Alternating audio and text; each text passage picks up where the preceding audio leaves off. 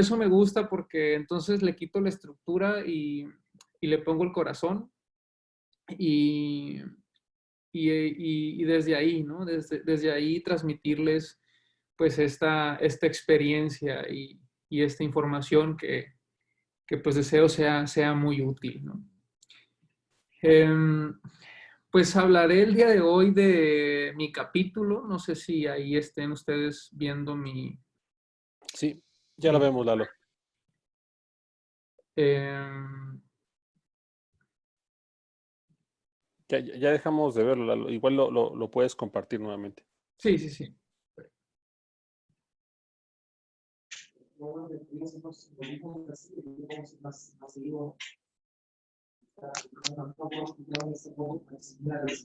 Bueno, pues yo les hablaré el día de hoy de mi capítulo en el libro Disruptivo.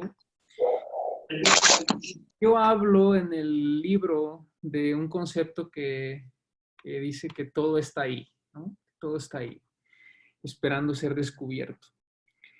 Y bueno, nada más para poner un poquito de contexto, en mi vida profesional yo me dedico a acompañar procesos de transformación y de cambio. Esa ha sido mi expertise y es a donde me he enfocado, a ayudar a las empresas a trascender procesos de cambio y que esto se haga sostenible en el tiempo.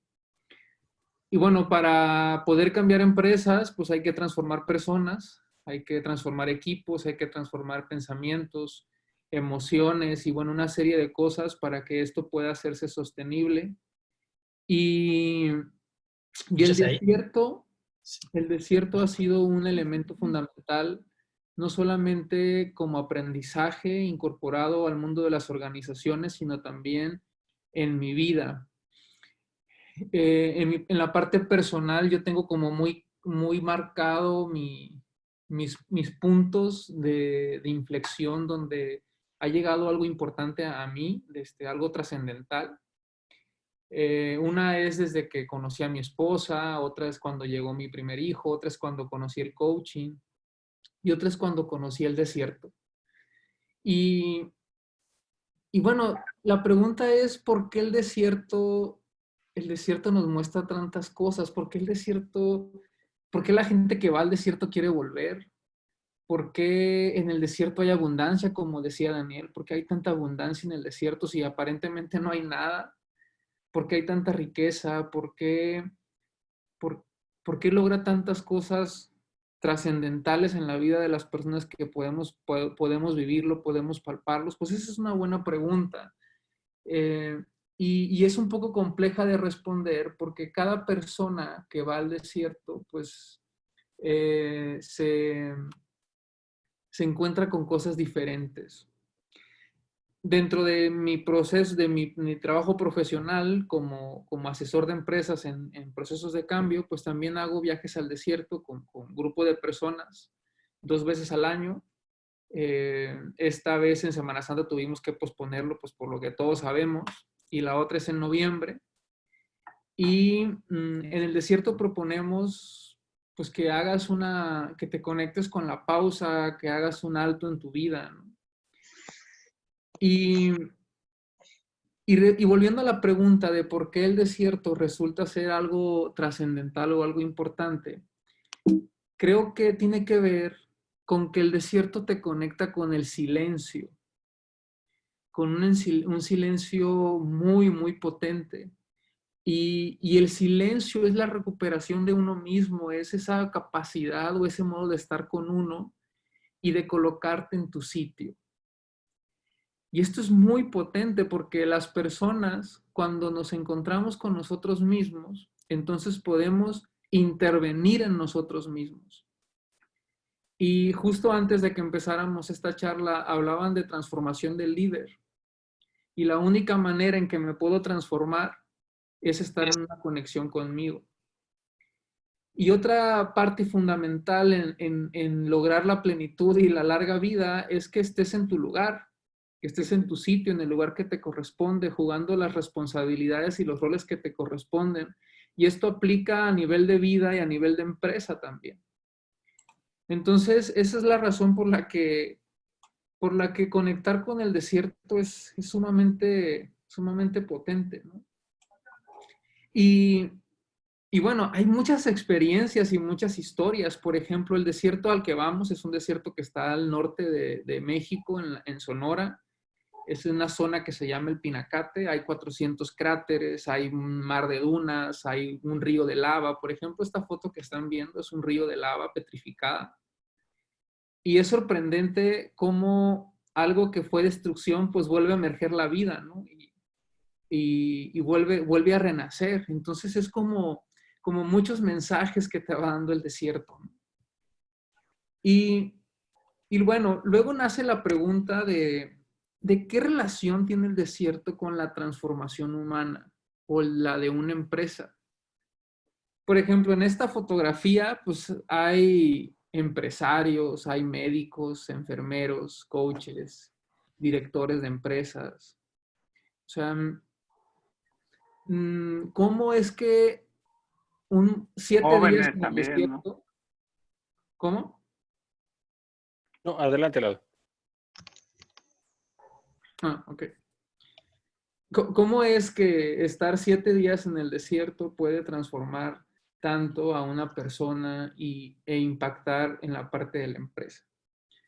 Y antes de contarles cuáles han sido los aprendizajes fundamentales que deja el desierto en temas de sostenerse, de pausa, de vacío, quisiera como hacer un paréntesis de esto, cómo aplica a nivel pragmático, ¿no? A nivel estructura, para que lo podamos entender un poquito y cómo aplica a nivel de la vida y cómo estos aprendizajes pueden incorporarse en todos nuestros roles.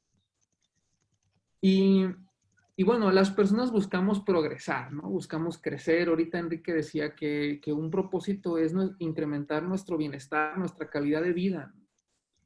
Y de alguna manera, pues es como una búsqueda constante, es como cómo tengo plenitud, cómo tengo como persona, cómo tengo bienestar. Y las empresas, pues cómo tienen desarrollo.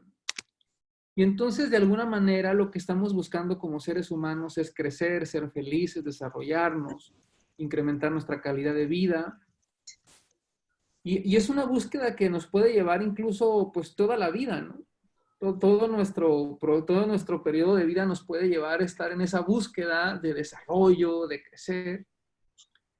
Y viene una pregunta importante, ¿cómo puedo sostener eso? Porque es también una búsqueda. Ya una vez que llegué a esa parte de la plenitud de la vida o de crecer, de desarrollar, ¿cómo puedo sostener? Y aquí entra un punto bien importante. Probablemente han conocido personas que tienen mucho conocimiento, que tienen mucho conocimiento en su cabeza, pero no se les nota. No se les nota en sus acciones, en su manera de retratar a las personas, ¿no? Y es como si el conocimiento se hubiera quedado anclado en la cabeza, ¿no? Tony ha aportado un concepto a eso que dice que es como hacerlo cuerpo, ¿no? Llevarlo al cuerpo. Y tiene que ver con que para yo poderme desarrollar y para poder crecer, entra un tema importante que para poderlo hacer primero tengo que resolverme. Tenemos que resolvernos.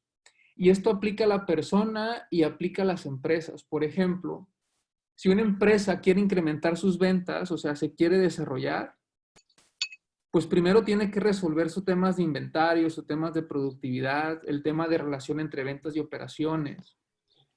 Y el principio, la antesala al desarrollo es la tema de resolverse. Y ahí es donde entra esta experiencia del silencio, de la pausa, porque ¿cómo puedes resolverte corriendo, ¿no? Cuando yo empiezo a trabajar con algunos clientes en procesos de transformación, me dicen, no sé cómo le vamos a hacer, Eduardo, pero no podemos parar el tren. Todos los cambios los tenemos que hacer con el tren andando.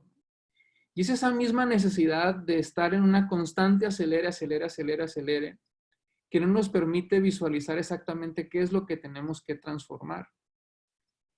Y entonces aquí el desierto, la experiencia con el desierto y lo que implica estar ahí, pues entra y hace un aporte fundamental en la parte de resolverse.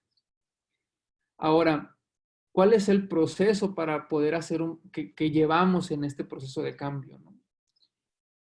Y les planteo esta pequeña estructura y les cuento después de esto cuáles son los aprendizajes principales. Bueno, Las personas tenemos como propósitos, ¿no? Lo decía ahorita, metas, y cada uno de los 30, 50 que estamos aquí, pues tiene un propósito particular, una meta particular.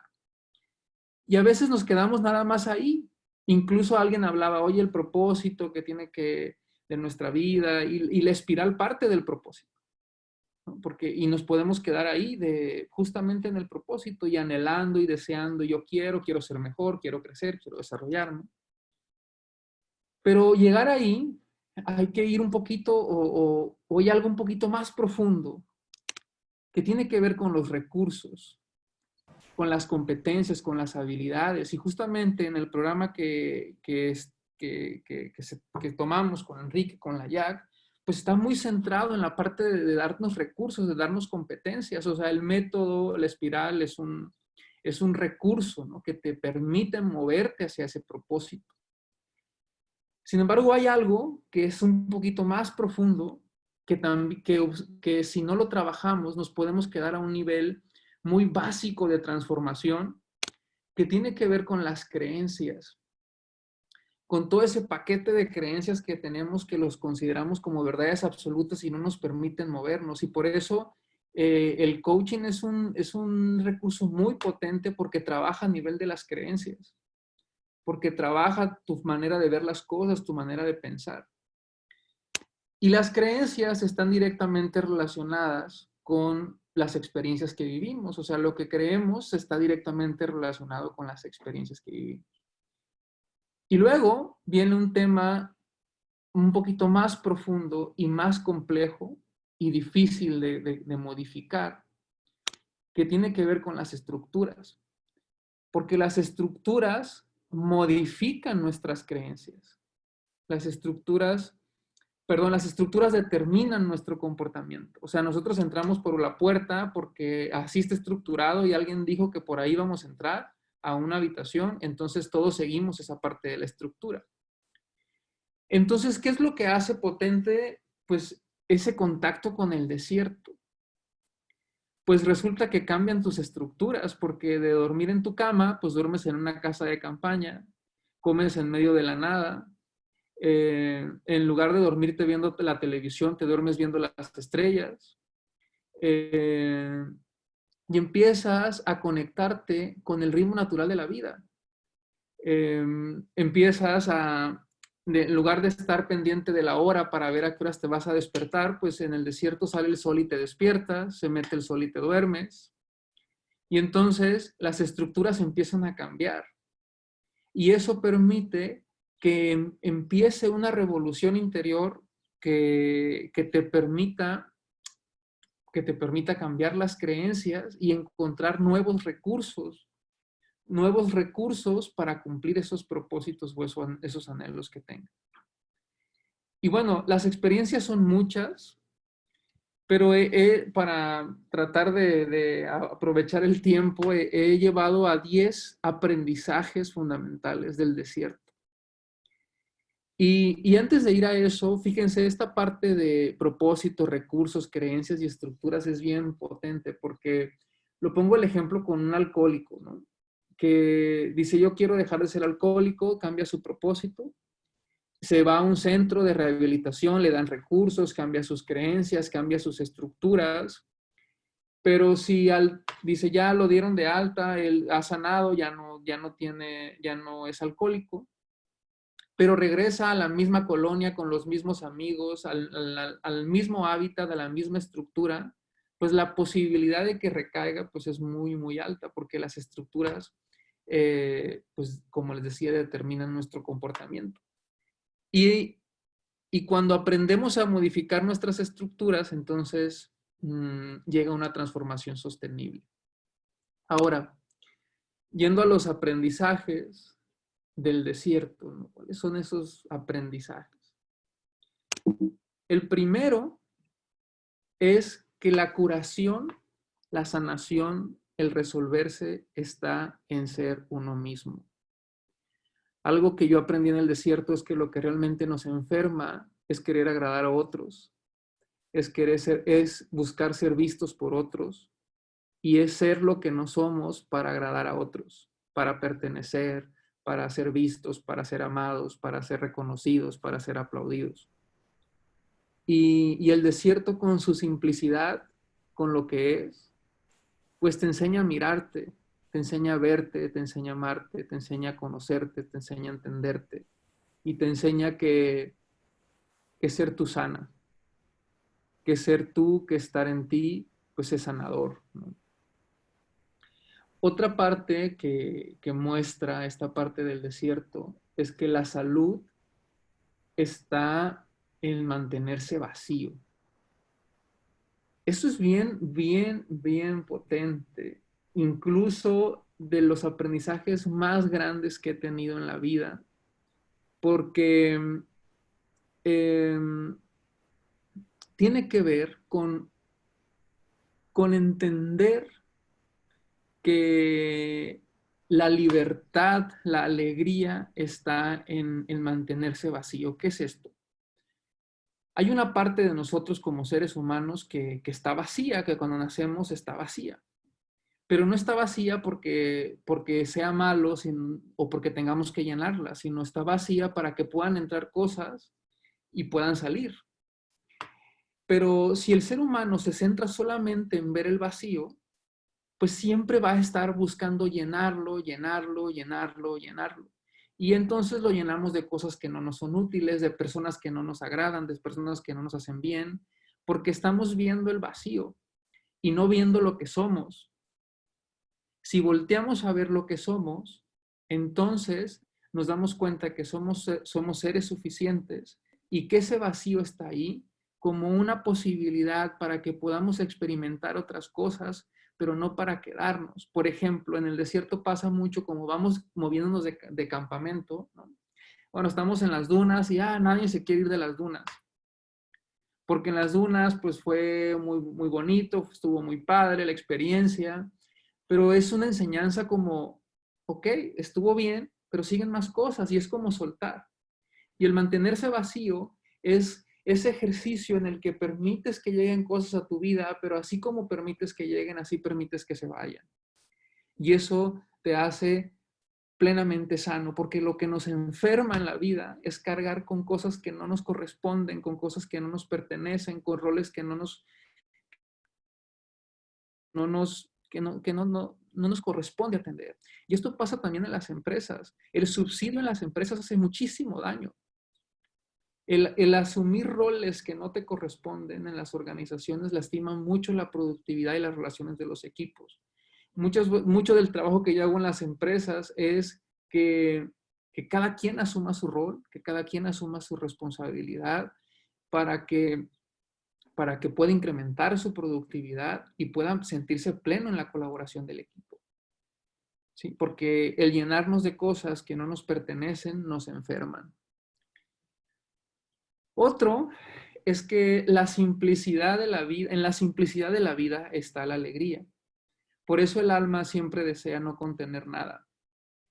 En el fondo deseamos no contener nada. O sea, en el fondo deseamos no guardar absolutamente nada.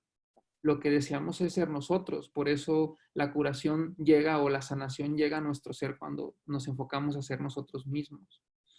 El desierto, cuando estás ahí, en medio del silencio, en una duna, sentado, viendo la inmensidad, viendo la quietud, viendo la tranquilidad, pues te das cuenta de lo simple que es y de lo pleno que es estar, ¿no? Y de lo pleno que es estar ahí contemplando, bueno, en el desierto de Sonora podemos ver el mar, ¿no? Porque se une el desierto con el mar. Entonces estar sentado en una duna gigante y al fondo ver el mar, arenas, volcán, por todos lados. Entonces es como mantenerse con lo esencial, con lo que es tuyo, con lo que pertenece. En el desierto yo aprendí que en la vida no es lo que te falta, es lo que te sobra. O sea, cuando tú en la vida quieras lograr algo, en lugar de preguntarte, ¿qué me hace falta para lograr eso? Deberíamos preguntarnos, ¿qué tengo de más que no puedo lograr eso? ¿Qué hay de más en esta ecuación que no puedo llegar a ese objetivo? Y casi siempre es que Es tanto el peso de lo que nos hemos llenado que no nos podemos no nos podemos mover al lugar que queremos estar. El punto 4 es que la plenitud viene cuando puedes mirarte y tienes la tranquilidad de que te has respetado en el camino. Esto personalmente para mí es muy fuerte porque yo lo plasmo en el libro, ¿no? Venimos o vengo de una cultura donde hay que exigirse y hay que dar más y siempre se puede dar el extra y siempre se tiene que dar el extra y siempre hay que dar más y, y no me pongo un 10 porque siempre se puede, me pongo un 9, un 8 porque siempre se puede dar más. Y entonces en ese afán de exigirte, de forzarte, pues pasas por encima de ti.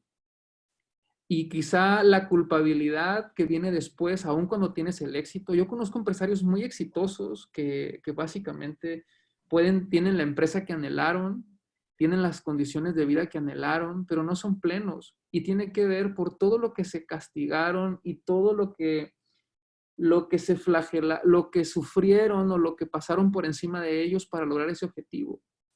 Es una culpabilidad con uno mismo por no haberse respetado. Y yo veo mucho hoy en la humanidad esa búsqueda entre el éxito, el bienestar, la economía y todo, con esa lucha de plenitud, ¿no? de estar conectado con sentirte bien. Y no hay nada que te dé más tranquilidad que saber que te has respetado, de saber que te has sido fiel a ti, ¿no? a tus deseos, a tus emociones. Por ejemplo, ahorita estamos en cuarentena o en pausa o ya como le queramos poner, ¿no? Y entonces yo veo mucha gente como que no, me tengo que levantar a esta hora, hacer ejercicio, leer tantos libros y tengo que aprovechar y ser como muy productivo en este tiempo, porque hay una resistencia a parar. Porque venimos de esa parte, de esa exigencia por lograr las cosas, como si siempre tuviéramos que estar haciendo algo. Y entonces como siempre estuviéramos forzándonos, ¿no? Y entonces pues no llega a esa plenitud porque la plenitud viene cuando te sientes pues respetado. Aquí, bueno, la clave de la sostenibilidad está en la pausa, es pausa ahí, se me fue la letra, pero es pausa.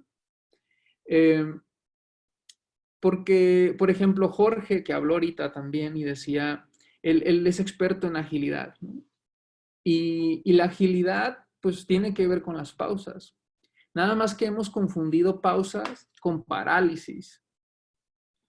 El parálisis, pues, es detenerte, ¿no? Las empresas cuando hay crisis se paralizan y paran inversiones, paran estrategias de comunicación, de marketing, de capacitación, se paralizan. Y las crisis no se atienden con parálisis, las crisis se atienden con pausas, incluso las crisis personales. O sea, parar no significa bloquearte, una pausa significa detenerte para poder reflexionar, poder sentir, poder analizar qué es lo que necesitas, qué es lo que quieres y poder tomar decisiones. Y si tú quieres sostener algo, pues hay que parar. Les voy a poner un ejemplo, ¿no? Hay personas que están en una lucha de su alimentación y de bajar de peso y la dieta y la dieta y la dieta y la dieta. Pero hay algo muy claro en eso, que si tú quieres mantener una buena alimentación sana y saludable, tienes que hacer pausas. Y un día tienes que comerte una pizza completa y tienes que comerte una hamburguesa y los que somos de Sonora diríamos un burro percherón con unas coyotas, con un cafecito. O sea, tienes que darte permiso para que puedas sostener esa alimentación. Y en la vida funciona así. Yo le he hablado con muchos empresarios y les digo, sé que este momento para muchos es crítico económicamente. Incluso el riesgo de poder quebrar un negocio, pero si no puedes ir afuera, ve adentro. Si no puedes salir afuera a buscar mercado, a vender, a ganar mercado, pues entonces ve adentro y perfecciona adentro, mejora adentro, simplifica adentro, eficientiza las cosas adentro. Pero aprovecha esta pausa, pues para entenderte, ¿no? para entenderte como empresa o para entenderte como persona. El siguiente es, pues, clave, ¿no? Donde el alma sonríe, ahí es. O sea, el alma siempre sabe lo que le hace bien. Y el alma siempre sabe dónde es plena y qué es lo que lo llena. Aun cuando sonrías, el alma siempre sabe si eso te hace pleno o te hace feliz.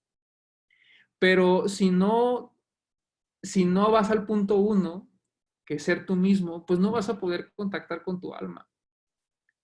Porque el vacío que nosotros tenemos, si lo llenamos, pues primero está eso de lo que lo llenamos. Entonces no nos permite llegar a nuestro interior. Por eso el viaje al desierto es un viaje a tu interior, porque es como el espacio para soltar todo eso que no te pertenece, conectarte con lo que es tuyo, y entonces puedes contactar con tu alma y entonces puedes entender qué es lo que realmente te es útil a ti, ¿no? Y eso tiene que ver con el otro punto, que es que centrar nuestra vida solo en querer tener en lo que es el corazón. O sea, si nosotros nos centramos en tener, no hemos entendido lo que significa progreso. Progresar significa resolverse, significa simplificarse, significa entender que la vida tiene que ver con disfrutar, tiene que ver con llorar, con sufrir, con vivir. Eh, Ser feliz es una competencia de vida porque pues porque hay que aprender a mantenerse ahí, ¿no? Es muy difícil encontrarse como persona. Ser persona es muy difícil, ¿no? A veces tenemos que ser monstruo primero para poder saber lo que significa ser persona. A veces tenemos que desbordarnos primero para poder entender lo que significa ser un ser humano o lo que significa ser yo. Otro, y para mí fue así como una bocanada, ¿no? de sorpresa, es que si vas a llevarte al límite, debes saber dónde está el límite. Porque el límite, pues si te vas a exigir y te vas a poner retos grandes, debes saber a dónde está tu límite, porque lo que más nos llena de culpabilidad cuando estamos buscando la plenitud es que desbordamos nuestro límite, y cuando desbordamos nuestro límite nos perdemos. Nos perdemos como seres humanos, nos perdemos como personas. Y el otro es entender que la vida pues es suficiente. Es suficiente, o sea, ha sido suficiente hasta ahora. Entonces, ¿cómo podemos, si no te ha gustado lo que has tenido, bueno, pues podrás transformarlo, pero hasta ahora fue suficiente, te permitió llegar hasta aquí. Y eso es como que te permite respirar, te permite pues conectarte contigo, ¿no? Y el último es, pues todo está ahí esperando ser descubierto, porque en los momentos que más me han enseñado en mi vida, aunque han venido de cosas quizá externas, el aprendizaje más fuerte que he tenido es que todo lo que necesito para enfrentar esa crisis o ese dolor o ese miedo o esa frustración, no me lo ha dado nadie fuera de mí. Todo lo que necesito para poder enfrentar eso está dentro de mí. A veces creo que todo lo que ocupamos en nuestra vida lo pusieron tan cerca de nosotros que no lo podemos ver. O sea, lo pusieron tan adentro de nosotros que nos cuesta mucho trabajo verlo. Porque los seres humanos, por no sé por qué razón, aprendimos a ver hacia afuera y no hacia adentro. Y hemos perdido esa conciencia. Hemos perdido la conciencia de lo que significa estar ahí, lo que significa estar adentro. Y bueno, con eso yo he llegado a una conclusión que el trabajo del ser humano es sí incrementar su conciencia. Y ser un ser consciente significa ser un ser holístico, que entienda que somos parte de un todo, ¿no? Preocupado por defender la naturaleza, el bienestar, la tierra, la vida. Y esta última parte me parece sumamente importante, la herencia de quienes le siguen. O sea, un ser consciente no solamente se preocupa por lo que está sucediendo ahorita en su entorno, sino también por los que vienen. Y no puedes ser consciente si estás perdido. Y el desierto es como un camino hacia ti, hacia tu encuentro. Es como, yo les digo, nosotros entramos en un punto y salimos en otro del desierto. Entonces es como si al final del desierto estarías tú y lo que haces es caminar hacia ti, caminar hacia ti. Y cuando te encuentras y encuentras tu sitio, entonces, entonces viene pues la abundancia del desierto. Pues eso es en sí lo que preparé para ustedes. No sé si haya preguntas o comentarios. Dani. Sí, hay muchísimos comentarios de Lalo. Te voy compartiendo algunos de ellos. Dame un segundo porque aquí perdí la pantalla. Dame un segundo. Uh-huh. Sí, la primera, yo me di la oportunidad de anotarla. Desierto, como diciendo, desierto es equivalente a silencio. Sí, y después sigue Leti Resino, donde nos comparte: el desierto me impacta, porque estás ante lo inmenso y te fundes con el silencio y el vacío. Luego Fabiola nos dice que el desierto es un espacio para conectarse con la pausa, para conectarnos con nosotros mismos. El desierto, el silencio, la pausa, el vacío, todo converge al encontrarte contigo mismo. El silencio y la recuperación de uno mismo. Luego también Elena, que está acá conmigo, nos comparte: porque en el desierto se encuentra tanto si parece que no hay nada. Para mí, porque es el lugar que permite escuchar y encontrar, descubrir y observar, donde no hay nada que pueda emerger cualquier cosa. Es posible que primero cosas malas para después llegar al aprendizaje. Inclusive el desierto, que parece malo, acaba uno admirando y encontrando su belleza. Dani, a ver si hay alguien que quisiera hacer una pregunta a viva voz. Mientras sigues hablando. Ahí está Jessica. Hola, buenas noches. Muchas gracias, Eduardo. Me encantó el capítulo del libro que tú eres el autor y muchas gracias por la reflexión que nos acabas de compartir. Me identifiqué mucho contigo porque vivo en constante corre-corre. Hace 30 días perdí mi trabajo por la crisis, la empresa cerró y desde que salí solamente he querido estudiar, hacer ejercicio, hacer dieta, hablar con mi familia. O sea, me levanto 7, me acuesto 10 y estoy en constante corre, ¿sabes? Leí el libro con mi novio y él me dijo, oye, cuando leímos tu capítulo, me dijo, oye, aprende de él. Y entonces cuando estoy en el corre, me dice, acuérdate del desierto. Entonces, ¿qué consejo podrías darnos a nosotros, los que somos en ese sentido? Porque tú eras así decía. Pues está bien, ella es la líder del área, güey, ella lo tiene que hacer. Entonces, ¿qué consejo nos puedes dar a estas personas como tú, antes como yo, que quieren estar ya alcanzando las cosas y que no entienden que se deben dar pausas, que, como decías, pausas sin que sean parálisis, y que no estemos ansiosas de que todo suceda ya? Mira, lo que pasa es que pueden ser varias cosas. Una primera pregunta que habría que responderse es: ¿para quién lo estoy haciendo? O sea, ¿qué estoy buscando con esto? Si solamente estoy buscando la sobrevivencia o la admiración de alguien, ¿no?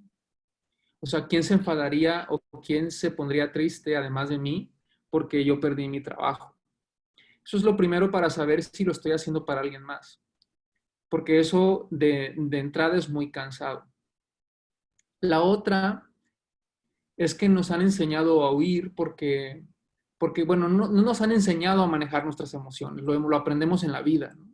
Entonces, el hacer ejercicio, el salir, el andar acelerado, es como escapar, pero te estás perdiendo de algo muy, muy valioso. En el desierto hay algo que yo llamo el vacío fértil, que es ese espacio en el que tú te sientes casi morir porque perdiste tu trabajo y no sabes qué hacer. Entonces lo que haces es leer, hacer ejercicio, acá, para no pensar en eso. Pero este momento que te está pasando tiene un mensaje importante para ti en tu vida, que si no contactas con él nunca lo vas a descubrir. Entonces te va a pasar otra cosa y otra cosa hasta que puedas entender el mensaje.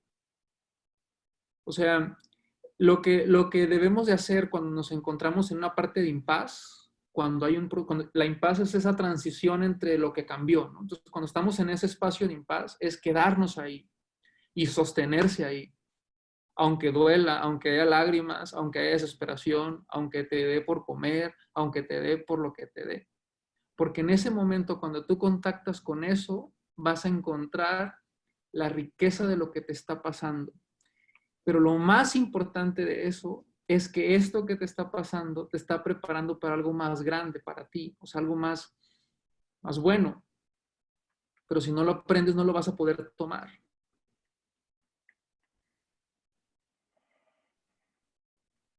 Muy Muchísimas padre. gracias. Gracias. Lo Gracias, voy a Lalo. tener en cuenta. Gracias. Gracias. Oye, Lalito, mira, ahí está Maide, que estuvo contigo en el Pinacate, en Sonora. Uh-huh. Y no sé si ella está disponible, pero me gustaría que nos contara la experiencia que tuvo contigo en el desierto. Bueno, Maide, lo dije así como si todos la conociéramos. Ahí está Maide García de Talento. hola. Pero ella es Master Coach de la IAC, igual que muchos de los que están aquí. Y también es disruptiva, hizo un capítulo en el libro. Y ella, junto con Vanessa, que es su hija, acompañó a Eduardo a esa puerta de entrada. Y por ahí entró Maide. Y al otro lado estaba ella, porque cuando la volví a contactar, pues me encontré a otra persona, ¿no? Entonces, yo creía que había sido Así la es. IAC, pero ahora me doy cuenta que fue el desierto. Entonces, muy bien. Así es, Sería muy Enrique. oportuno tu testimonio. Sí, muchas gracias. Definitivamente, primero porque llegué al desierto con un montón de cargas que me impedían realmente reconocer a la Maibé en ese momento de 59 años, y mi mayor susto fue que no me conocía, que no sabía quién era. Y aprendiendo cada día a través de 8 días, aprender a reconocer la importancia de quedarme quieta, de vivir el silencio, de llorar, la amargura que significaba no conocerme, no conocer a mi hija. Y realmente me sucedió lo que Eduardo acaba con lo que cerró. Caminé durante 8 días y me encontré al final, con una Maibé que no conocía. Y me fue difícil abrazarla, reconocerla, hablar con ella, pero al final valió la pena. Practicar el silencio desde el vacío en el desierto, con toda la magia que implica, esa fuerza donde hay de todo y no hay nada, fue para mí la mejor inversión de mi vida. Y creo que sí, salí diferente. Muchas gracias. Y los invito, ¿cierto?, a una pausa para seguir. Gracias, Maide. Oye, Lalo, yo también quisiera hacerte una pregunta. Dani, no sé si tienes el libro a la mano, porque quisiera que lo muestres, o alguien que tenga el libro a la mano. Ahí está. Bueno, a lo mejor no sabes, Lalo, pero esa imagen la inspiraste tú. Vean, mucha gente puso ahí el libro. Ese es un desierto. Es una foto del desierto. Y es una foto que ganó muchos premios. Yo le escribí varias veces al autor y me batió o no me contestaba. Más bien no me contestó. Pero eso que ven, esa portada, es un desierto. Lo que hicimos fue cambiar los colores y el diseño y poner una persona como esta parte de decir, ya llegué a la meseta, a la pausa, y aquí hay otro horizonte, ¿no? Hay otra perspectiva. Y también digo, por supuesto, cada vez que oigo la palabra desierto, pienso en Eduardo Almada, también en Oscar Baulé, que fue el que nos introdujo también al desierto. Tengo una invitación para ir, eso no te lo he contado, Lalito, pero en octubre tengo una invitación para ir a esa caravana al desierto. Creo que Mayue también se va a unir. Pero bueno, ahí vamos a estar Tony y yo en el desierto.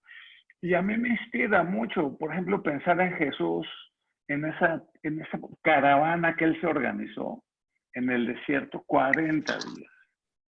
O sea, fíjate cómo las historias se conectan. Entonces estuvo 40 días en el Sinaí y así atravesándolo. Lo que pasó ahí seguramente es lo que vemos en ese libro.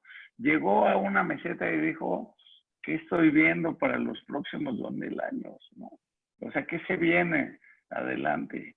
Y a veces pienso que esta cuarentena, que el simbolismo del 2020 que suma 40 días de Jesús, 40 años para llegar a la tierra prometida, me parece que también es una cuarentena para la humanidad. Me gustó, Lalo, mucho esa conclusión final, ese ser holístico, consciente, ¿no? Que está conectado con su sistema en armonía y que se respeta a los demás y respeta su casa, su planeta, la naturaleza, ¿no? Que es algo que hemos perdido como humanidad. Ayer, en la plática de ayer, dije que la humanidad es el virus, no el COVID-19, sino nosotros somos el virus sobre el planeta. ¿Tú crees que esta cuarentena que estamos viviendo transformará algo a la humanidad? ¿Aprenderemos lo que tenemos que aprender? ¿Cambiará nuestra relación con nuestro hábitat, con nuestro sistema mayor? Ni yo entendí la pregunta, entonces. Yo lo que creo es que va a suceder solamente si nos damos el permiso de parar, porque si no nos va a pasar de noche la cuarentena.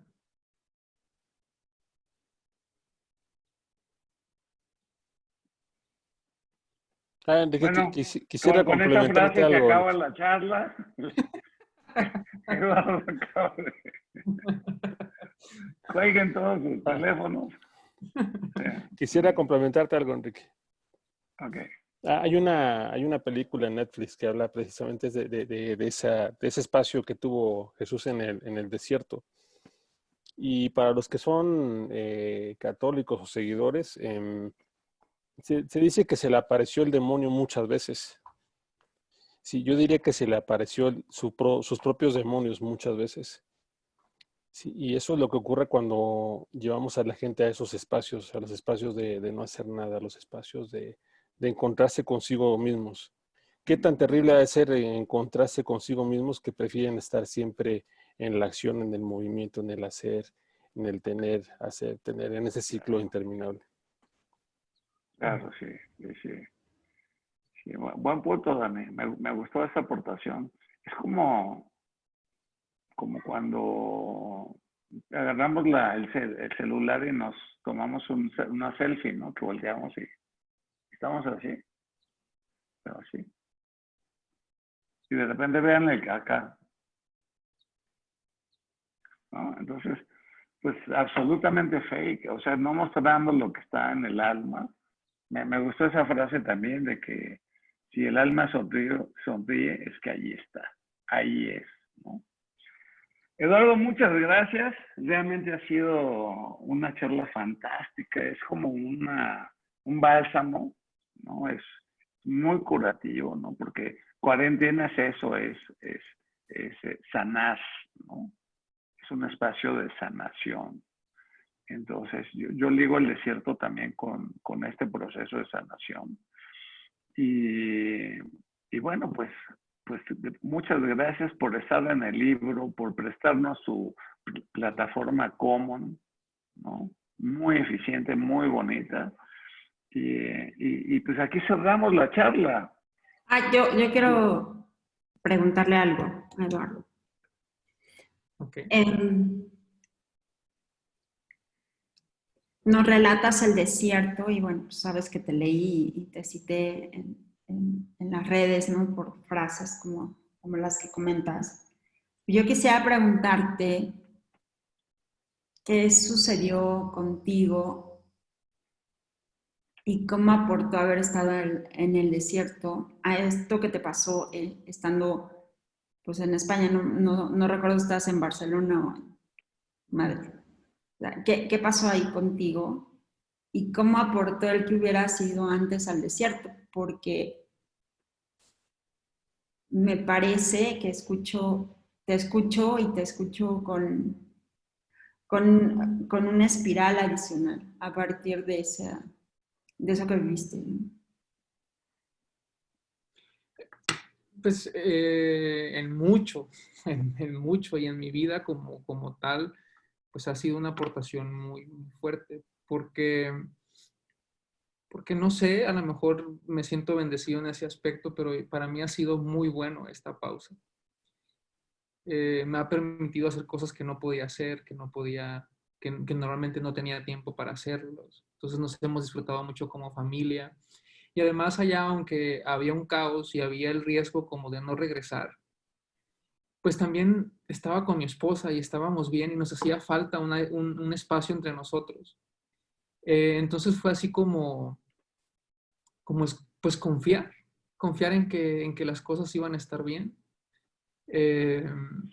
y aprovechar y disfrutarnos que estábamos ahí. No lo asociaba o no lo asocio todavía con el desierto, porque me parece que el desierto no es tan hostil. Y todo esto me parece que más allá del virus lo están haciendo muy hostil. Y el desierto es más amoroso. Y bueno, fue como, había una parte de resistencia a no volver, no queríamos volver, estábamos tan bien disfrutando, nos debíamos hace mucho ese viaje.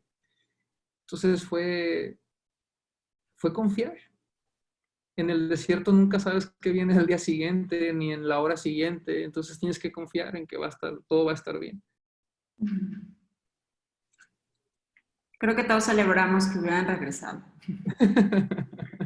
Ahí está también Vanessa Calderón. Gracias, Lalo. También estuvo en el Pinacate. Yo también estuve contigo en el desierto. Bueno, en la puerta. En la puerta, nada más en la puerta. O sea, no hice la travesía.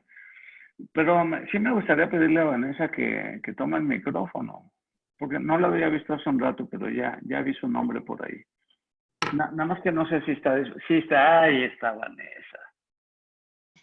Sí. Cuéntanos de eso y del minuto disruptivo. Bueno, a mí el desierto me trajo a la vida.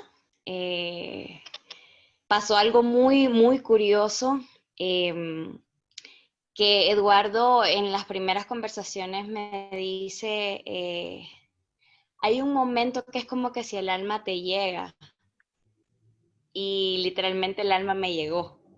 Era como que si por las diferentes situaciones de la vida nos hubiéramos alienado, mi cuerpo con mi alma, como que si éramos personas diferentes. Y a través de toda la vivencia y de todo lo que íbamos simplemente descubriendo, llegó un momento en que sentí algo así, ¡fluf!, y nos alineamos. Y ahí sentí que volví a vivir.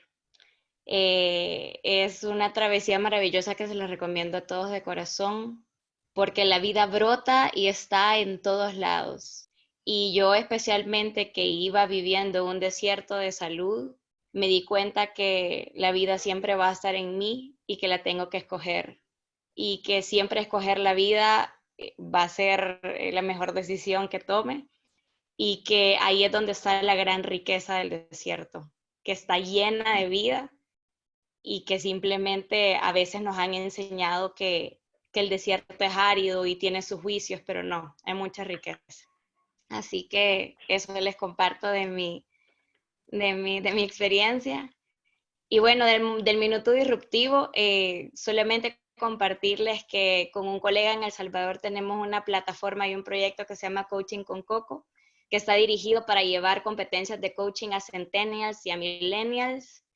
Y vamos a tener la oportunidad en mayo de que cada uno de los autores del libro nos compartan un minuto disruptivo, ya sea de su capítulo o en general de su concepto como de disrupción, pero especialmente dirigido para jóvenes y para impactar esa generación. Así que va a ser un mayo disruptivo. Muy padre. Lalo, ¿quieres decir algo para cerrar? Pues solo agradecer y bueno, estuve leyendo los comentarios y bueno, ahorita que dice Maybe Sepalach con la pregunta de Tony, en el desierto aprendemos cuando siempre está la ansiedad de saber qué sigue, ¿no? Y mañana qué vamos a comer, y a qué horas llegamos al campamento, y a qué horas vamos a cenar, y a qué horas esto, ¿no? Entonces ahí hay una frase árabe que es, bueno, sí, bereber, que significa inshallah, y lo que quiere decir es que Dios dirá, ¿no? Entonces eso nos lleva como a vivir el presente. Y de alguna manera cuando se empezó a complicar todo allá en Barcelona, pues andábamos en modo inshallah y confiando en que las cosas iban a suceder y disfrutando el momento. Aquí en México lo tropicalizamos y le pusieron Sepalach, porque pues igual es como la respuesta automática a todo, ¿no? Entonces se desconectan del futuro y se conectan al presente. Muy agradecido, Enrique, por la invitación y feliz de estar con ustedes aquí. ¡Bravo! Gracias, Lalito. Bueno, aquí terminamos formalmente esta charla de 1 hora con Eduardo Almada y nos desconectamos de los invitados y nos quedamos los alumnos de la certificación, ya sea del primer nivel o del máster. Y de aquí nos seguimos. A lo mejor hacemos una pequeña pausa de 1 minutito, tomando el aprendizaje de Eduardo, ¿no? de estas pausas que pide la espiral, que pide la vida, ¿no? Y aprender a sentirlo ya. O sea, Lalo, cuando tenga tu video te lo mando para que te veas, ¿no? Entonces nos continúa. La audiencia fue magnífica. Yo creo que trajiste a tu porra. Bueno, y además todos los disruptivos aquí presentes. Entonces, oye, una pausa, ¿verdad? Sí, una pausa. Entonces hacemos una pequeña pausa de silencio. ¿Alguien quiere guiar una respiración o algo así? Mi vida, ¿quieres tomar el micrófono ese minuto? Ah, sí, está bien. Pues, tal vez Eduardo lo pueda hacer mejor. Está en modo pausa. Y nada más, creo que nos vamos a desconectar de Facebook. Hoy no nos desconectamos. Ay, amor. Ya nos pusiste tu presentación. Ahí está tu presentación, Enrique. Ah, no, perdón. Sí, perdón. Para desconectarnos de Facebook y nos quedamos con Eduardo, que nos ayude a cambiar de canal, porfa. Ok. Pues la idea es que si traen, no sé, reloj, algo, se lo puedan quitar. Algo que esté de más y que no sea necesario para estar aquí. Que podamos desprendernos un poquito de eso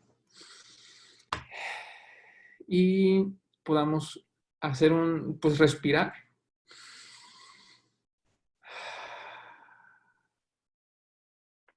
Una respiración profunda más.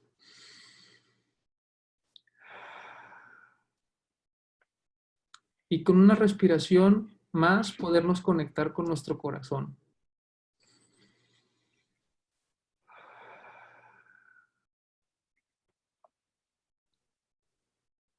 Una respiración más y podernos conectar con nuestro cerebro, con nuestra mente.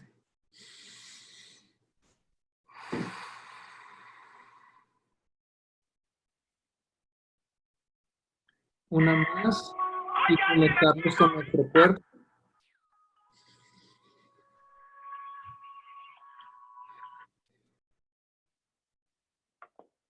Y una respiración más donde podamos conectar nuestra mente, nuestro corazón y nuestro cuerpo.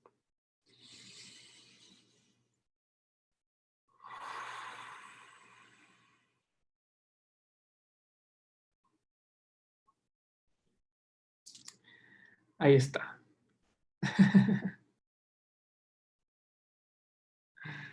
Gracias, que tengan bonita tarde. Un abrazo a todos. Muchas gracias, Lalo.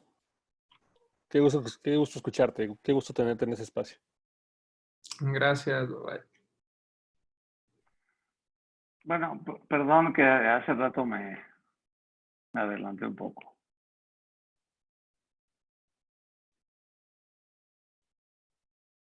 Bueno, el tema de hoy, de la certificación, el que está agendado, y siempre encontramos una conexión o vamos hilando sobre lo que acabamos de oír. La espiral de la riqueza, como lo definió Eduardo, es una herramienta. Es una herramienta metodológica que parte del vacío. O sea, ese eje central en el centro de la espiral, que es un vértice, o mejor dicho, un vórtice, ahí está el vacío. El vacío es lo que habilita todo lo demás. ¿Cuál es la frase que usas a veces, mi vida? Del vacío, del ma. Es the space for awaiting for, el espacio que espera para que algo suceda. Ese es el ma. Los japoneses, los japoneses le llaman ma al vacío. Y el ma es un concepto muy interesante porque si no hay ma, no hay posibilidad, no hay opciones, no pasa nada. Por ejemplo, en esta habitación en donde estoy, que es la cocina, comedor de mi casa, hay un vacío que forman las paredes. Este vacío habilita que yo esté aquí con ustedes. Si la casa no estuviera construida y tuviera estos vacíos, no habría la posibilidad de que algo pasara adentro, ¿no? Es el marco de una ventana, de una puerta, de un cancel, ¿no? Entonces, eso te da la posibilidad. En una rueda de una carreta, el centro es el eje a donde llegan los rayos de la rueda, pero también llega el eje de la carreta. Si no tuviera el vacío, si fuera sólido, entonces no habría posibilidad de que rodara. Entonces, la espiral de la riqueza es una metodología que parte del vacío. Y como hemos ido explorando la espiral, hoy nos toca hablar de este concepto de los arquetipos. El arquetipo masculino y el arquetipo femenino. Como dije en la presentación, esta es la polaridad explosiva. Cuando se toca lo masculino y lo femenino, hay una chispa que enciende algo, ¿no?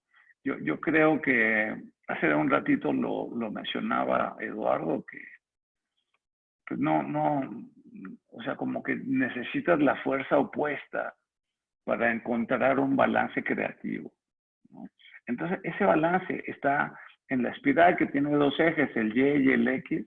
El eje X está de un lado lo femenino y del otro lado lo masculino, en el eje Y. En el eje X está el mundo imaginario y el mundo real. Ahorita lo vamos a ver.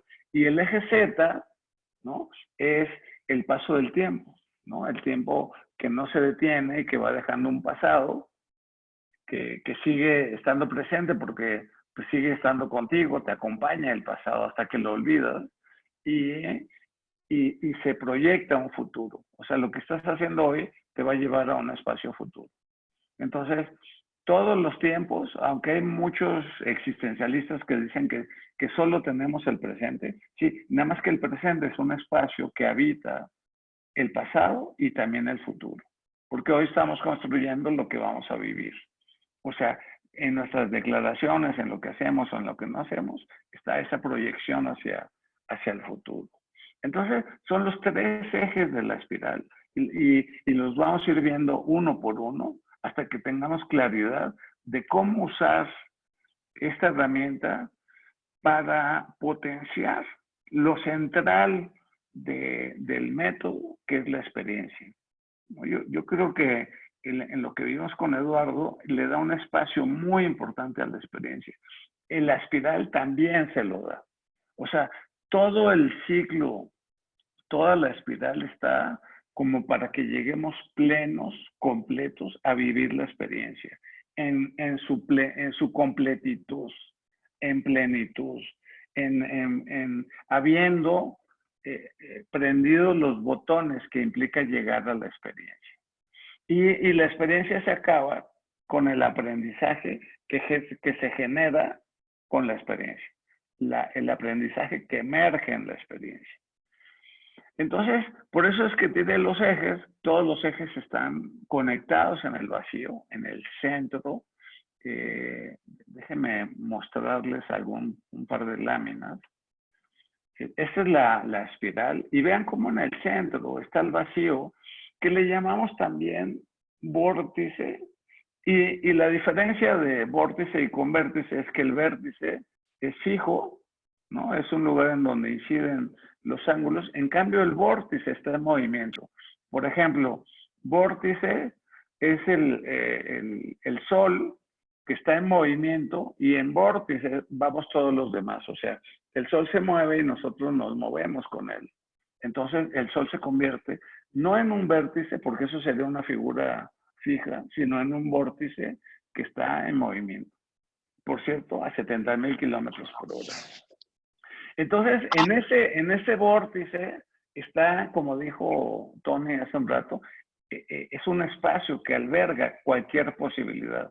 Todo lo que hagamos conectados con este centro nos lleva a una espiral virtuosa. Lo que está desconectado del centro, del propósito, la que decía fue Vanessa, que hizo, me encantó la forma en que lo hizo, ¿no?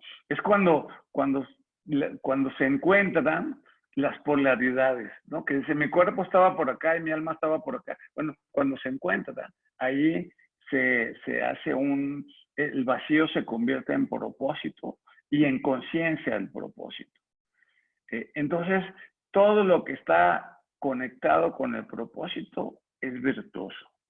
Y todo lo que no tiene que ver con el propósito, vivir así, ¿cuál fue la palabra que usó Vanessa? Desvinculado, ¿no? Desconectado, es procrastinar. Lo que no está conectado con tu propósito, que es ese vacío que hay en el centro, es procrastinar, porque estás trabajando para la vida de alguien más. A lo que nos ha llevado el mundo occidental es a creer que necesitamos cosas, a creer en la psicología positiva de que tenemos que estar listos para una fotografía fake para Facebook. Entonces, vean las palabras que están ahí. O sea, cuando entras al desierto, pues te encuentras con el alma. Y ahí, desde el vacío, puede ocurrir cualquier cosa, porque ya está el vacío, porque ya encontraste. Lo que tienes que hacer es conectar cada una de las posiciones de esa espiral. Entonces, aquí está el eje X, el eje Y y el eje Z. Como esta metodología, la certificación, más que en filosofía o cosas espirituales, es en el uso de esta espiral para manejar cosas prácticas en mi vida, como escribir un libro. O sea, cualquier ciclo que implique una experiencia intensa, necesitaríamos usar la espiral.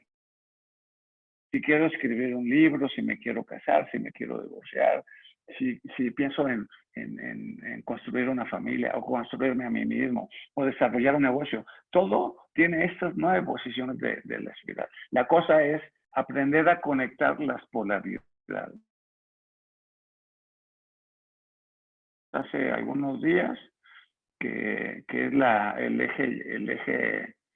eje Y, que parte en la parte superior del mundo imaginario y en la parte inferior, ¿no? Es como un cuerpo que en la parte alta de la cabeza está el mundo superior, que es el mundo imaginario de las ideas, los pensamientos, las creencias de las que nos hablaba Eduardo, lo que tenemos aquí en un mundo que nos imaginamos, en un mundo pensante, en ideas que están en mi cabeza, como por ejemplo, decir, quiero una casa, quiero tener una casa. Entonces, aquí está la imagen, aquí de este lado, ¿no? En donde lo primero es verla, ¿no? Tener la capacidad de visualizar el mundo que quiero en mi cabeza, ¿no?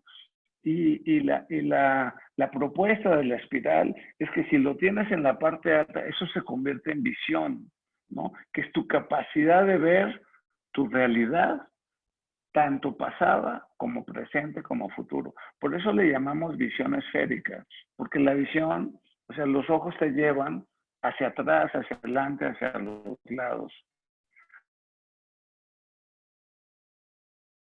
Mirada. Entonces, si tú estás viendo para allá, pues ahí va tu cuerpo también, ¿no?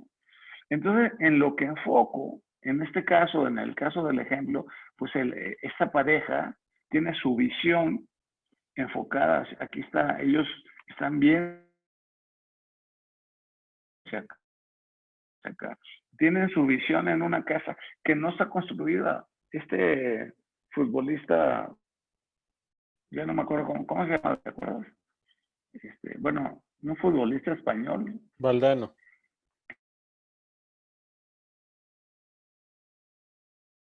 Un sueño es una casa sin ladrillos. ¿Por qué? Porque está en mi cabeza. Pero primero necesita estar en mi cabeza. Ya lo dijo Aristóteles. Aristóteles habló de la dualidad entre la forma que le doy en mi cabeza y la materia, que es la forma de construir a la casa.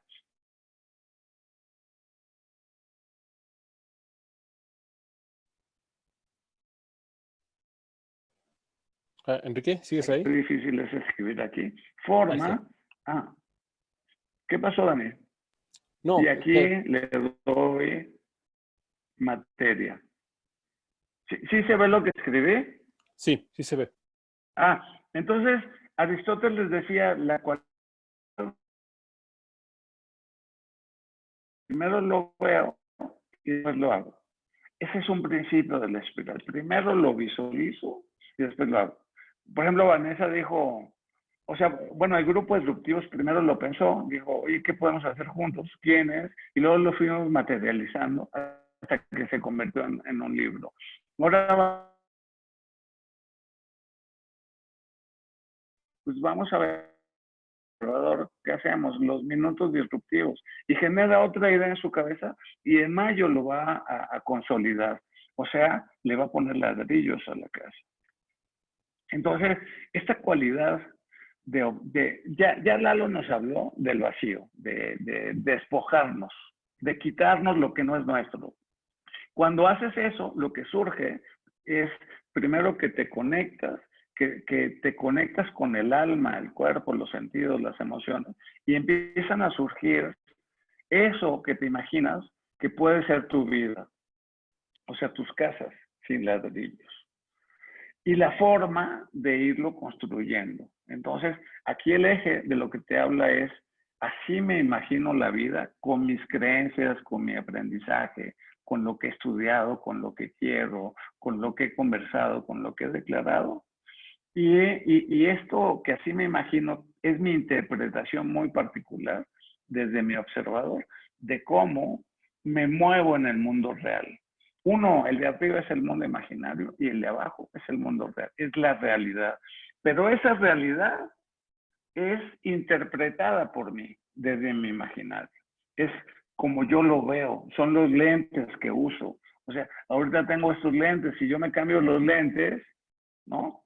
Que es un poco esta ida al desierto de lo que haces es cambiarte los lentes, porque ese conjunto de creencias te das cuenta de que muchas de esas creencias que tienes en tu mundo imaginario y que guían tu vida, pues resulta que no son tuyas, fueron impuestas por tus papás, por ejemplo, o maestros, o simplemente creencias dogmáticas de lo que tiene que ser un hombre y de lo que tiene que ser una mujer. Y claro, mientras no te quitas ese bagaje cultural, ese mindset que tienes en tu cabeza, pues esa forma de ese conjunto de creencias pues va dominándote, o sea, te dominan tu forma de observar el mundo. Lo que propone Lalo es pues, cámbiate los lentes, o sea, a lo mejor ni siquiera es tu graduación. Y yo ya les he puesto en este foro el ejemplo de que a veces estoy con las orquídeas y es miércoles, son las 10 de la mañana y estoy trabajando en algo que mi alma está ahí. Tony lo sabe, que mi alma está ahí. Podría estar horas y días enteros trabajando con las orquídeas, pero tengo la creencia de que soy hombre y los hombres somos proveedores. ¿Y qué creen que pasa? Pues que siento culpa, porque tendría que estar haciendo algo productivo, tendría que estar ganando dinero, tendría que estar dando una conferencia, tendría que escribir un capítulo de un libro, tendría que hacer yoga, tendría que nadar 1 kilómetro. Entonces, pues ya se me va el gusto por eso que estaba, por donde estaba mi alma, ¿no? Entonces, así me imagino el mundo y las creencias que me sobran, pues las cambio, ¿no? Las cambio. Que parece que esa es la propuesta del desierto. Entra Enrique y sale un Enrique auténtico y verdadero, porque ese Enrique está conectado en el centro con esta P. ¿La ven aquí? Con el propósito. Está conectada con el propósito. Entonces yo me he dado cuenta de que mucho del material que hizo un coaching sale porque en esas horas de orquídeas, pues me salen las metáforas. Antes las usaba metáforas del fútbol, ahora me salen metáforas de, por ejemplo, hoy escribí le escribí algo a mi esposa que me gustaría compartir con ustedes. Un poquito para establecer el punto de lo que estoy diciendo. Vean, los que no me siguen en Instagram, ¿se ve bien, Dani? Sí, se ve la orquídea. De hecho, yo la vi en la mañana también. Sí. Esta orquídea, ayer estaba con Tony en la madrugada, antes del amanecer, y cuando me senté estaba en botón. Y luego llegó Tony y se sentó. Y la orquídea, de repente la estaba viendo y se abrió, o sea, hizo así. Nunca me había pasado ver cómo abre una orquídea. Entonces, obviamente, pues, ya era el último botón de ese ramillete de flores. Entonces le tomé una foto y escribí. El último botón de este ramillete de flores abrió cuando lo miraba al botón. Eso me pasa cuando ella me mira. Ay, está lindo, ¿no? Entonces, lo que acabo de decir, o sea, ella es Tony, por supuesto, ¿no? Tony. No Dios, porque si no hubiera dicho cuando él me mira. Pero no me refería a Tony. Cuando ella me ve, tiene una mirada que hace que inmediatamente salga mi mejor versión. Mi versión más suave, más educada, más linda. Porque tengo versiones que no son lindas. Pero tengo algunas que sí son lindas. Y cuando ella me mira, me convierto en una orquídea. Entonces, eso me pasa porque estoy cultivando orquídeas. Sin embargo, mi creencia de que soy proveedor me lleva a la culpa. Siento culpa de que son las 10 de la mañana y yo tendría que estar pues, haciendo algo, ganando dinero para proveer esta casa, ¿no? Porque esta casa necesita un coche nuevo, necesita un BMW en la puerta, necesita un viaje a Europa, necesita tener el refrigerador lleno, ¿no? Necesita tener 40 o 80 rollos de papel higiénico, ¿no? Entonces, pues cabrón, yo qué puta madre, pues casi no estoy ganando dinero y yo aquí en la pendeja cultivando orquídeas, ¿no? Entonces, pues, ¿cómo lo logras? Pues, a lo mejor tengo que ir al desierto para quitarme esa creencia de que, oye, pues soy simplemente un ser que vive su vida desde la plenitud. Y no hay manera de ser pleno sin sentirse feliz. Algo que me encantó de la charla con Eduardo es que él dice, hay que aprender a ser feliz, hay que aprender a vaciarse, porque ahí radica la felicidad, el bienestar.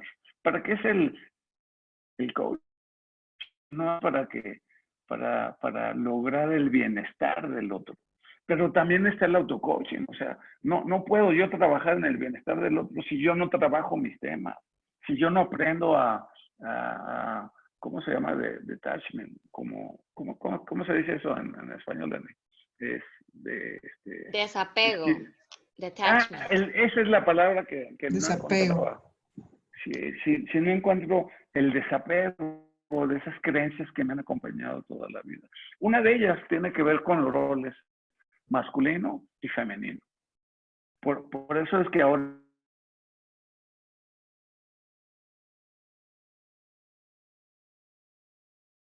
y lo que se ven está brotando en sus ojos, la poesía, pero pues así me... ¿Sabes qué, amor? Está bien mal. Entonces, a ver, está otra vez. mal No, tu sonido. te perdimos por un momento, Enrique. Te perdimos por un momento. Ah, me perdieron. A lo mejor apaga tu cámara, a ver si mejora el... Pero Me ahí voy a ya acercar vemos, un poco a la fuente. ahí ya vemos la presentación y ahorita ya inclusive te escuchamos un poquito mejor. Ok. Bueno, nada más estaba hablando de... Me voy a regresar porque le estaba diciendo que estaba poético, que me perdonara la poesía. Y mi vida, a lo mejor si te desconectas de allá, porque es que estamos usando la misma línea, entonces... Ok, voy. Sí. Entonces, ¿qué está viendo aquí a él? ¿Qué está viendo este personaje que está acá? ¿Qué es lo que está viendo? La está viendo a ella. Está viendo a su orquídea que está floreciendo. ¿Por qué? Porque tienen enfrente un proyecto juntos. Como cuando compré esta casa con Tony. Ella puso la mitad del dinero y yo puse la mitad del dinero. Entonces, para los dos fue un gran logro de realización patrimonial. Y decir, en esta casa, no solo es el dinero que nos costó comprarla, porque además ni siquiera sabemos cómo lo conseguimos, sino lo que significaba para nosotros la casa. Como esta pareja que está aquí, ¿no? Como esta pareja que está teniendo algo, en sus sueños lo lograron aterrizar, los lograron poner en la tierra, siempre a través del propósito. Y ya vimos el propósito, lo que está atrás del propósito es el vacío. El valor que está ahí en el centro de la espiral es la autenticidad. Y de aquí me había ido hacia la siguiente lámina, que otra vez esa frase de Adolfo Soto, que nos dice, refraseando a Jung, dice, prefiero ser una persona completa que una persona buena. Eso es lo que dice Carl Jung, claro, porque ser bueno es una polaridad entre bueno y malo. O sea, Nietzsche dice hay que ir más allá del bien y del mal. Eso quiere decir encontrar en el bien y el mal el balance.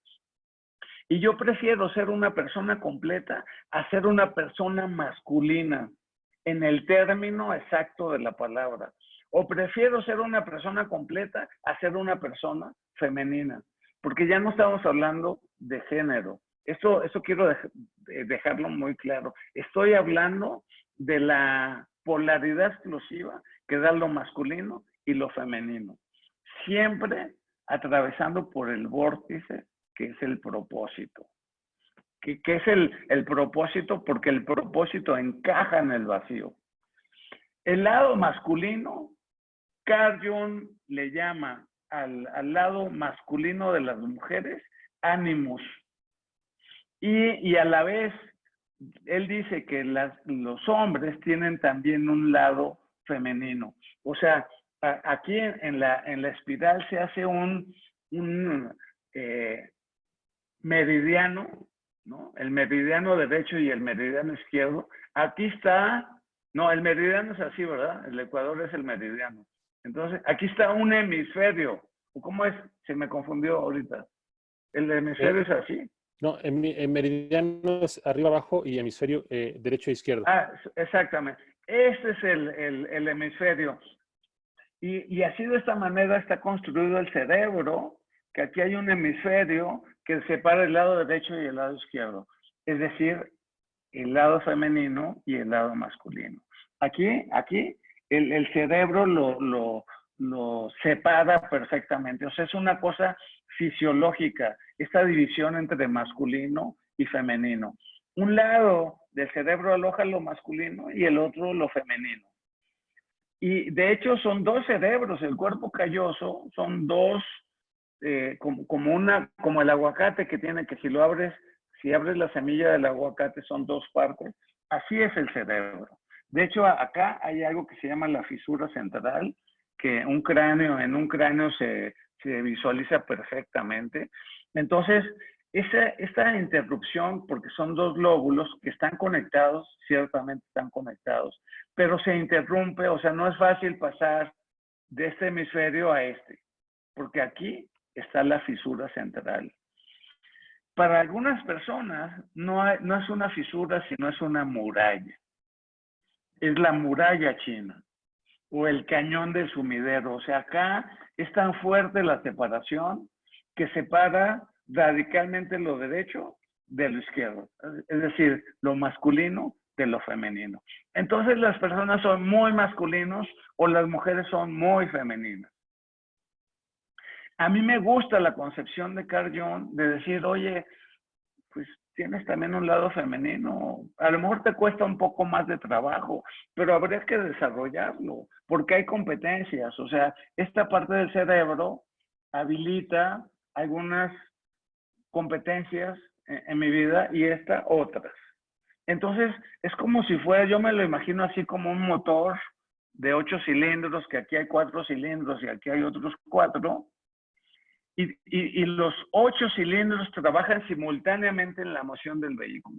O sea, cuando es la combustión, los 8 cilindros están trabajando y eso le da potencia al auto.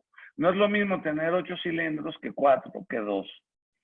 Las personas que son muy masculinas, lo que pasa es que están usando medio motor, porque el otro medio motor no han aprendido a usarlo. La polaridad explosiva es aprender a usar los dos hemisferios de manera simultánea para tener todo el beneficio de lo masculino y todo el beneficio de lo femenino, arquetípicamente. Yo creo que tú puedes hablar, Dani, del arquetipo masculino y del arquetipo femenino. ¿Se podría? Sí, este arquetipo masculino, sí, pues casi podría describir más los comportamientos que esperamos en un hombre, y lo pongo entre comillas porque a fin de cuentas son creencias. Tienes que ser serio, tienes que ser analítico, tienes que ser frío, tienes que ser alejado, tienes que ser completamente centrado en el trabajo. Si tu principal característica es la fuerza física, si no solamente piensa, no sientas, no te relaciones. Este arquetipo masculino es más de pensamiento, es más de análisis, es más de números, es más de centrarse en el trabajo, es más de resultados, es mucho más de acción. Sí, y cuando nos vamos al arquetipo femenino, sí, es lo que esperábamos ver o lo que nos enseñaron a tratar de ver en las mujeres, como esa parte de hablar, esa parte de ver, esa parte de relacionarse, de crear confianza, de agregar valor, de ponerle color, de ver cómo hacer las cosas distinto, de cómo ponerle amor, ¿sí? De cómo tratar a una persona como persona. Conversar con ellos, darle un tiempo a la pausa, darle un tiempo a la conversación, darle un tiempo a la charla. También se les describe como más, o sea, que no tienen una estructura, que hablan, que son un poco más caóticas. El en el arquetipo masculino como que todo tiene que ser cuadrado, sí, y parecería que la figura que más describe la parte femenina es como un círculo, como algo caótico. En el lado masculino, pues no hay color, sí, no hay forma, todo es cuadrado, todo es lineal. Sí, y en el lado femenino es más circular, es más amable, es más colorido. Ah, gracias, Dani. Bueno,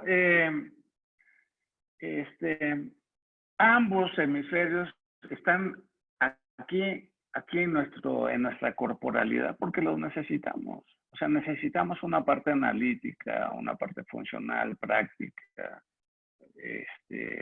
este pensamiento lógico, matemático, numérico, estructurado, racional, orden, ¿no? Eso es lo que me da el lado masculino.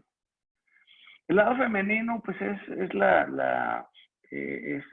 el manejo de la incertidumbre, por ejemplo, ¿no? La emocionalidad, el muy conectado con el sistema, lo que decía Eduardo en relación al planeta, ¿no? Que se vuelve, o sea, nuestro lado femenino es el que siente amor por las plantas, por la naturaleza, por los animales, por los pájaros, ¿no? En el lado femenino está el diseño, el color, lo bonito, ¿no? Es, por ejemplo, el lado masculino es el motor del Ferrari, pero el lado femenino le pone el color rojo, ¿no? Entonces, un Ferrari es un auto muy hermoso y desde que lo sientes, o sea, desde que hueles ese cuero de los interiores, porque es muy masculino, muy funcional, o sea, funciona perfectamente, suena increíble, la ingeniería es perfecta, pero es muy bello, el logotipo, el color, los asientos, los detalles, ¿no? Está hecho para el cliente, para que el cliente se sienta increíble. Entonces, por ejemplo, el Volkswagen, ¿se acuerdan del Bochito, que fue mi primer auto? Era un auto masculino, que era viejísimo, mi primer auto. Nunca se descomponía. O sea, casi no usaba gasolina, pero estéticamente era muy feo. O sea, yo me acuerdo, también Orlando se debe acordar, que en esa época, si tenías novia y la estabas conociendo así, ay, ¿tú cómo te llamas? Ya sabes, en las fiestas que eran con discos de acetato, entonces mientras cambiaban el acetato, pues tenías 5 minutos para platicar. Entonces, después de que le habías preguntado, ¿estudias o trabajas? ¿No? Entonces, la segunda pregunta es, ¿tienes coche o bocho? ¿No? Digo, bocho, para los que no saben, después le llamaron Beetle. Entonces, lo que pasa es que era un auto masculinamente funcional, pero poco valor agregado en términos estéticos. Ese auto, la Volkswagen lo mató porque lo que había hecho era convertir el auto en un genérico. Entonces, después lo tenía que matar, aunque era el auto más vendido de la fábrica, lo tuvo que matar para poder introducir autos sí funcionales, pero más femeninos, o sea, más estéticos, como el Audi, porque el Audi también es de Volkswagen, el Passat. Después incorporaron otra vez el bocho, que lo habían descontinuado y le llamaron Beetle. El Beetle lo acaban de descontinuar otra vez, porque se dieron cuenta, eso lo dijo Tom Peters por ahí a principios de los 90, cuando a un genérico le agregas la parte femenina, lo que haces es construir un artículo que emocione, un producto que emociona, que llama la atención porque está diseñado, porque te llama la atención, porque es bello. Esa es la parte femenina. Las empresas las diseñaron, las crearon los hombres el siglo pasado o antepasado. O sea, las empresas más antiguas tienen 100 años, ¿no? Y las más antiguas, por ejemplo, la empresa más antigua, que yo creo que va a ser la Iglesia Católica, pues tiene 2000 años, la Iglesia Católica. Y a pesar de los pesares, pues, pues aquí sigue. Y es una empresa, porque eso es pues todo el Vaticano y todo esto. Es muy masculino. De hecho, los papas siempre han sido y serán hombres, y los sacerdotes hombres. O sea, la presencia de la mujer está muy disminuida. En cambio, las empresas que empezaron, como todas las fábricas, General Electric, todas las fábricas automotrices, empezaron muy masculinas, con todo lo que dice aquí, precisas, tecnológicamente muy bien hechas, con manuales, procedimientos, tiempos y movimientos, muchos números, precisión, análisis, investigación, ciencia, datos, controles fuertes, muy autoritarios, porque los hombres en su arquetipo son de tipo autoritario, o sea, no el ejército, que aunque ya hay mujeres en este siglo, pero el siglo pasado la presencia era absolutamente masculina. Entonces se desarrolla una jerarquía muy autoritaria. O sea, no puedes contradecir a tu jefe y tienes que seguir sus órdenes, aunque para alguien, ¿no? Simplemente porque te lo dijo un superior, tienes la obligación de hacer. Por ejemplo, Henry Ford, que funda la empresa Ford, él decía, los autos, por ahí del año 20 del siglo pasado, todos los autos pueden ser del color que el cliente quiera, porque ya había mucha presión de mercadeo, de los mercados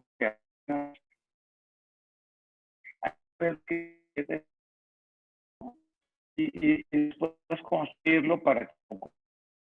Entonces, Henry Ford, se resistía y decía, no, mira,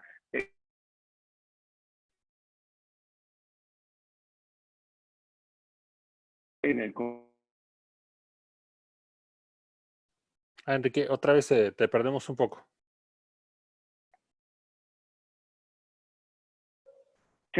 A la persona que era su cliente. Lo que refiere Tom Peters, que es que con la entrada de la mujer a las organizaciones, las empresas se fueron y se están feminizando. Y eso no tiene que ver con que haya más mujeres, sino que hay más pensamiento femenino.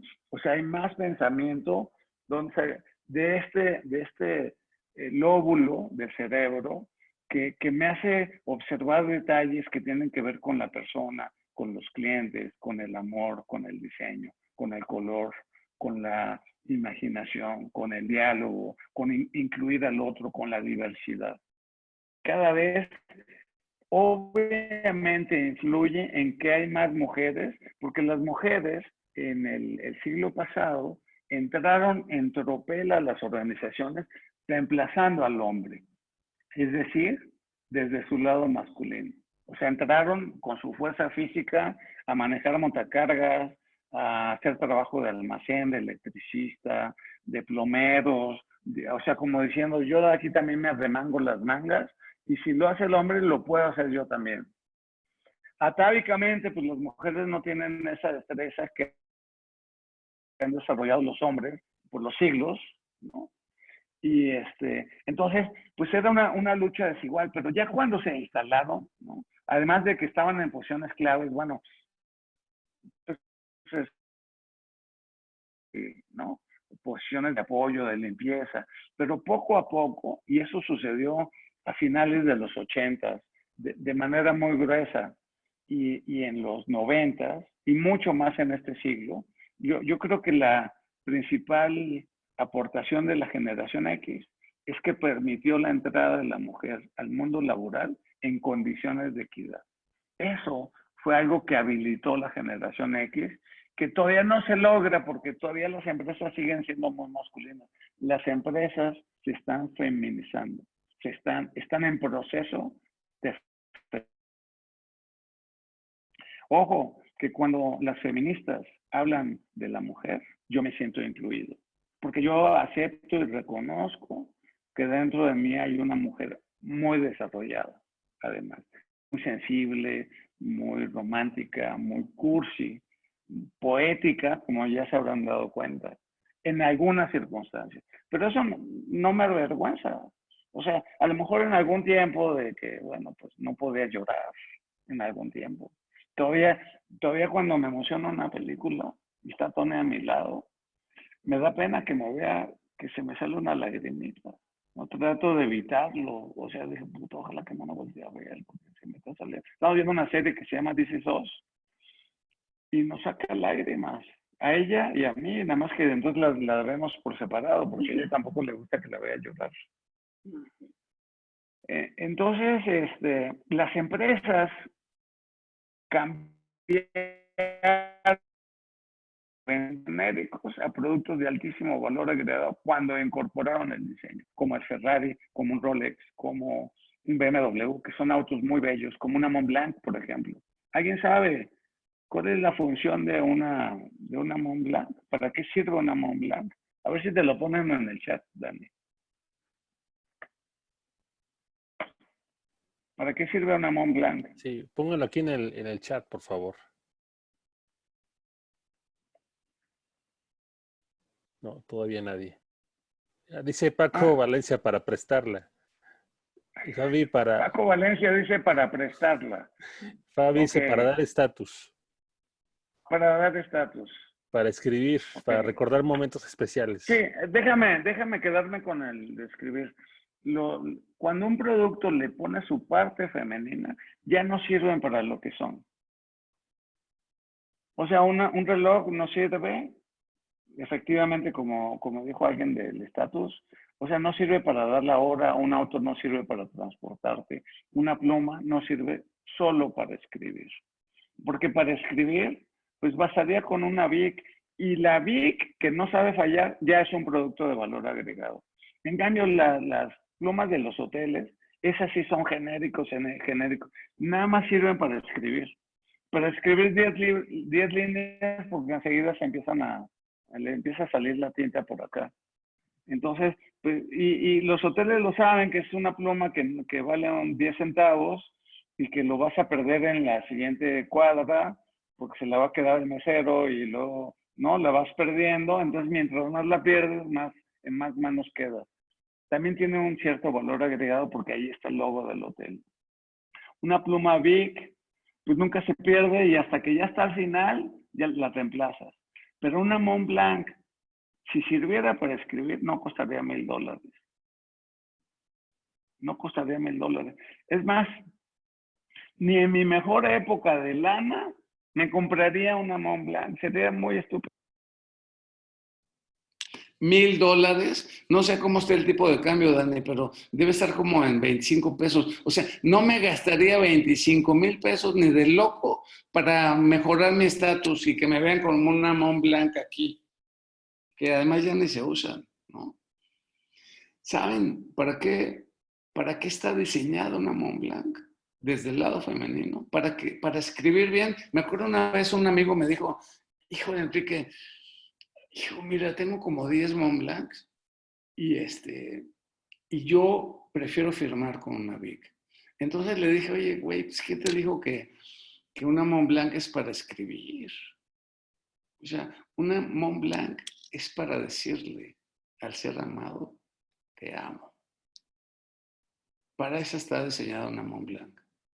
Porque compras una Montblanc pues para regalarla, no para quedártela, ni para que tu esposa se vea mejor. No, es para decirle, mira mi vida, esto lo estoy comprando con un gran sacrificio porque te amo y quiero demostrártelo y que sepas que costó mucho dinero. ¿Cuántas Montblanc te he comprado en mi vida? Pocas. Bueno, me acabo de quemar porque nunca le he dicho te amo con una pluma, pero sí con otras cosas. ¿Tiene sentido esto que estoy diciendo? O sea, ¿qué pasó con los cepillos de dientes que era un cepillo azul con 4 cerdas y ahora son de colores y, ¿no? y ergonómicos y tienen formita y de muchos, con las cerdas son algunas para el centro, otras para la parte de atrás, otra para que te saques así el moho que ya se te formó atrás. O sea, dices, o sea, lo que es el diseño y el empaque y todo esto, porque es una forma de agregarle valor, porque cuando agregas valor también agregas precio. O sea, un auto que sirve para transportarse vale $10,000. O sea, ¿cuántos son $10,000? 250,000. ¿Eh? 250,000. Pero un auto, un BMW o un Ferrari, para quedarnos en ese ejemplo, vale $1,000,000. Y los dos se transportan en la Ciudad de México a 20 kilómetros por hora, igualito, ¿no? Nada más que uno te cuesta $1,000,000 y otro te costó un bocho usado que ya te costó $4,000.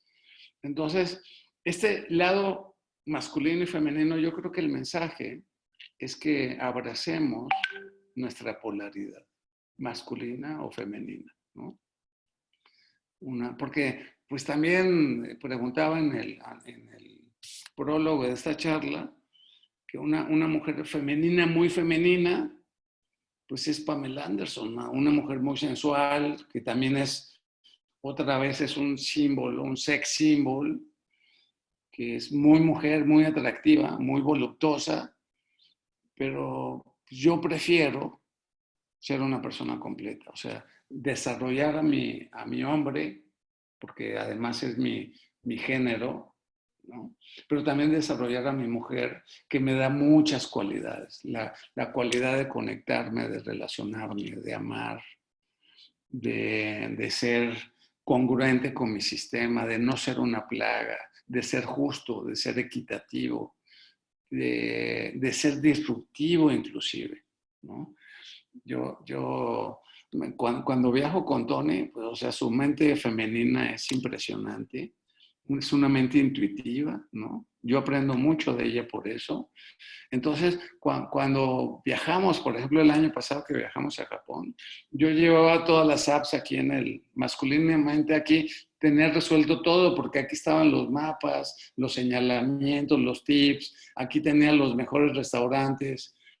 Entonces, mientras yo estaba aquí analíticamente viendo mi celular, ella me decía, oye, ¿y qué tal si, no? O sea, tenía su mente, Esta figurita se parece a esa figurita. Tenía su mente tan despejada y yo la tenía tan llena que ella decía, oye, a mí se me hace que la dirección del metro es esa, porque ahí hay una imagen, ya saben, un símbolo japonés que decía para allá y eso se parecía al mapa. Entonces ella, en esta ligereza, encontraba el camino, porque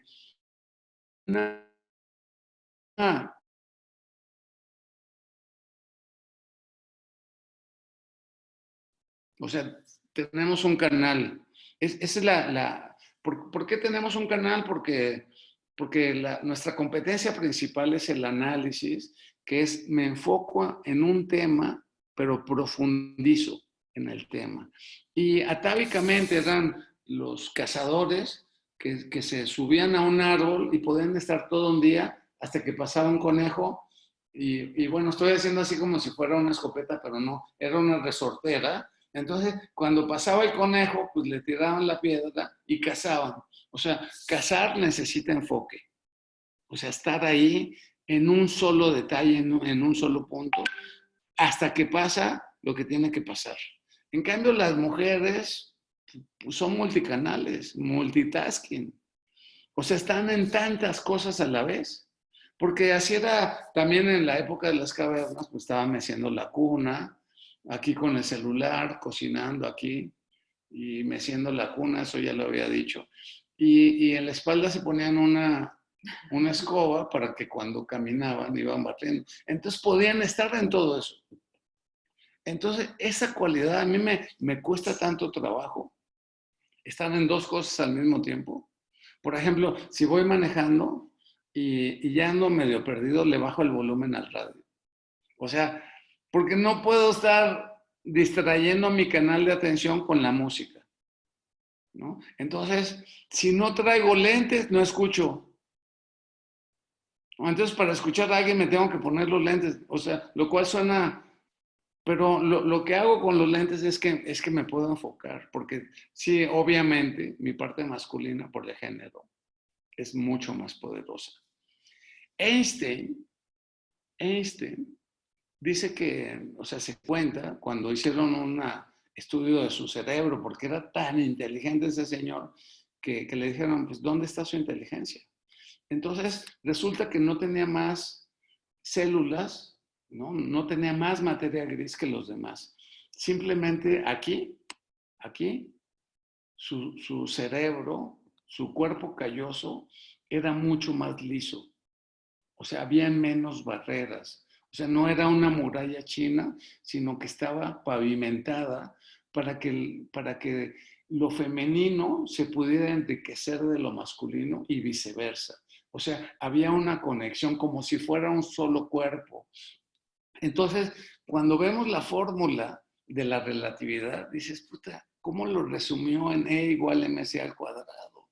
O sea, solo lo pudo haber hecho un genio. Pero cuando leo sus textos, que son tan brillantes, me parece que Einstein tenía la cualidad de conectarse con su amor, con su sistema, con la parte alta, con la baja, con su visión, con sus sueños, con la realidad, con la creatividad. O sea, en donde necesitaba el sistema, ahí se posicionaba. Por eso tiene unos textos bellísimos, unas frases inolvidables, porque conectaba muy fácil el lado derecho del lado izquierdo. Alguna vez escribí, tal vez en mi página o en algún lugar, que mi misión profesional es feminizar a las empresas. Y lo he dicho abiertamente, pero cuando lo digo en este foro de personas que están sensibilizadas a temas como los que estamos hablando, me va bien. Pero si lo digo en una conferencia donde hay 100 gente, me empiezan a trolear. Una vez me tuitearon, Enrique López de los Ríos dijo que hay que afeminar a las empresas, así como indignado que yo había dicho una atrocidad.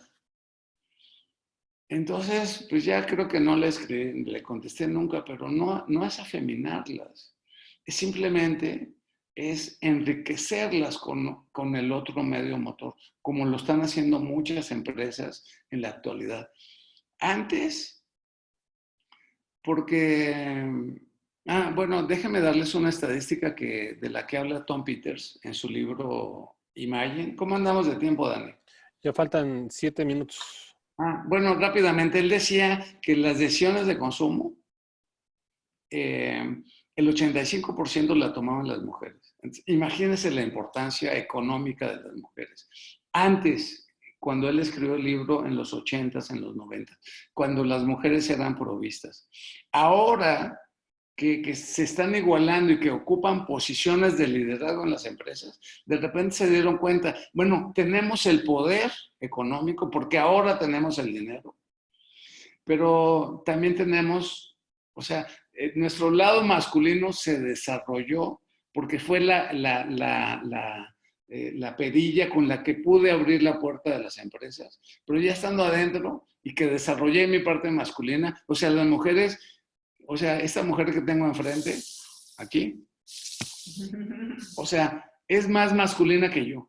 O sea, es más analítica, matemática, numérico, estructurada y lógica.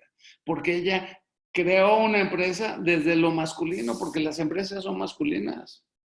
Pero los hombres nos hemos tardado. Las mujeres se voltearon y dijeron, ay, mira, me veo en el espejo y pues resulta que soy mujer. Entonces, ¿qué tal si hacemos un mejor servicio al cliente, si diseñamos el producto, si le metemos color, si lo hacemos bonito? Entonces, se completaron. Prefiero ser una persona completa que una mujer o un hombre muy hombre, ¿no? Me completo con mi lado femenino, me completo. Nada más que los hombres tenemos la desventaja de que como las empresas son masculinas y nos iba bien con la forma de manejarlo, no nos dimos cuenta que de repente llegaron las mujeres con 2 motores o no, 2 con 8 cilindros y nosotros solo estamos usando 4 o 2. Conozco algunos que apenas medio cilindro. Algunos conozco, ¿no? O sea que van por la vida ¿no? Cuando puedo, o en una carreta o en pedales, ¿no? Bueno, eso sí está bien, la bicicleta. Bueno, aquí mi gato me dice que ya es tiempo de que terminemos la sesión. No sé, Dani, si quieras tú cerrar. Sí, complementarte con algo. A veces el valor diferencial de nosotros como personas y a veces también como empresas está en crear experiencias y eso lo aprendemos de las mujeres. Eso de crear experiencias es cómo se sienten con nosotros. Y hace tiempo creo que les había compartido una experiencia, hace como unos 6, 7 años, cuando estábamos impartiendo el programa ya en Herodoto, que me dijo una chica que se inscribió finalmente al programa. Fue un poco dura la crítica, pero también nos ayudó mucho a ver, o sea, en qué nos diferenciábamos del resto. Y ella me dijo, mira, Daniel, sinceramente ustedes ofrecen lo mismo que todos los demás. Eso dolió. Pero en lo que ustedes son diferentes es que ustedes sí me escucharon, me dedicaron 2 horas, me hicieron sentir persona. Ustedes sí me vieron. ¿Sí? Y eso no me lo están ofreciendo allá afuera. Entonces a veces eso que aprendemos de las mujeres, de cómo nos hacen sentir, del ver a otros como personas, a veces eso es lo que marca la diferencia. La espiral de la riqueza es una metodología para la transformación de sistemas complejos. Y para transformar sistemas complejos necesitamos fuertemente el lado femenino, o sea, feminizar a las empresas. Y principalmente usamos palabras que empiezan con co. A veces como prefijo, a veces como parte de la palabra o de la raíz latina de la palabra. Por ejemplo, coaching. Por ejemplo, construir, conjunto, comunicar, colaborar, conversar. Por eso me encanta el proyecto de Vanessa Calderón de Coaching con Coco, que es como Coco a la tercera potencia. Coaching con Coco. Coach, cooperar, coordinar, conjunto, consultar contigo, conmigo, con comunidad, compartir. Más las que a ustedes se les ocurra. Confidencia, compañía, compromiso, confianza, colindancia, consistencia. Eso es feminizar a las empresas. Llevar estas competencias no solo a tu persona, sino a los líderes, para que los líderes la transmitan a los equipos, porque las organizaciones son espacios de co-creación. Y la co-creación es tu mejor versión al servicio justamente de la co-creación. Tu mejor versión. Y tu mejor versión, seguramente nuestra mejor versión, es el de una persona completa, que se perfecciona. Entonces, co-crear es la conversión de valor en riqueza. Pues aquí lo dejamos, Dani. ¿Qué noche? ¿Cómo lo definirían en una palabra? Y con eso cerramos. Abran su micrófono y simultáneamente digamos una palabra que fue la que más nos estremeció. Y porque nos queda 1 minuto apenas. Voy a contar hasta 3. 1. Impactante. 2, 3. ¿Todos? Explosivo. Extraordinaria. Nino. Conciliación. Constructivo. Procrastinar. Coco. Femenino, emotivo. Explosivo. Explosivo. Vacío. Pausa. Sí. Superación. Propósito. Muy bien. Pues muchas gracias a todos. Acuérdense que la distinción es una prueba inexorable de que estamos creciendo. Entonces, si esa prueba inexorable la escribimos en un carácter de 140, un tweet de 140 caracteres, ahí tenemos una prueba, una evidencia. Mientras más se parezca a algo que dijo Eduardo Armada o Dani, o en este caso yo, pues mejor, porque así refiero al otro. Porque si lo digo, yo pienso que esto, entonces lo que hago es recircularlo. La cosa, una distinción es algo que emerge, nuevo. No es algo que repito en mi cabeza, sino es algo que emerge nuevo. Entonces espero sus tweets o aquí tenemos chats para compartirlo. Orlando, muchas gracias por estar. Me honra siempre verte en primera fila. Ya se me fue Orlando, pero yo creo que se acaba. Ahí está. Está Orlando, Orlando. muchas gracias por estar aquí. Olegario, que es el único contemporáneo que tengo. Que Dios los bendiga. Bueno, también está Berna. Sí, ahí la bienvenida para los nuevos participantes, para Paco, para Candice de allá de Panamá y todas las personas que se incorporaron la semana pasada. Vamos a estar en contacto el día de mañana y este viernes. Bueno. Gracias. Espléndido todo. Muchas gracias. Gracias. Que Dios los bendiga. Bye. Buenas noches. Muchas gracias. De la cuarentena sin estos espacios. Gracias, Paco. Bienvenido. Gracias. Bienvenido, Gracias. Un gusto de conocerlos. Candice, ¿verdad? Candice. Sí. ¿Y quién más han hecho? ¿Quién más está? Bueno, de la semana pasada que se incorporó Lucy Aedo. Lucia Edo. Omar de la Rosa Omar también. de la Rosa. También está Omar de la Rosa, candidato a máster. Jessica, que también se acaba de incorporar. No, él quiere empezarlo de cero. Me prefiero apagar de cero. Ya no había. Ya se están desconectando varios. Bueno, adiós. Gracias. Muchísimas gracias. Chao. Descansen, buenas noches. Buenas noches.